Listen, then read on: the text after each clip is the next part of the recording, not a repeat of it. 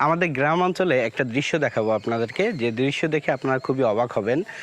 আমার পিছনে ঠিক দেখতে পাচ্ছেন একটা বাড়ির দরজা, ঠিক সামনেই দেখতে পাচ্ছেন আপনার কবরস্থান। আসলে এটা একমাত্র আপনারা গ্রাম অঞ্চলেই দেখতে পাবেন, কিন্তু শহর অঞ্চলে এ ধরনের কার্যক্রম আপনারা দেখতে পাবেন না। দেখেন, একটা বাড়ির দরজা, তার ঠিক পাশেই সামনেই রয়েছে আপনার কবরস্থান।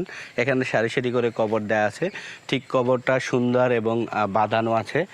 কিন্তু শহর অঞ্চলে আপনারা দেখবেন, বা এখন আমরা এমন একটা পর্যায়ে এসেছি যে পর্যায়ে আমাদের যারা মৃত্যুবরণ করে, আমাদের আত্মীয় স্বজন, বাবা মা যারাই আছেন না কেন, তাদেরকে আমরা পিছনে বা অন্য কোনো কবরস্থানে আমরা নিয়ে যাই।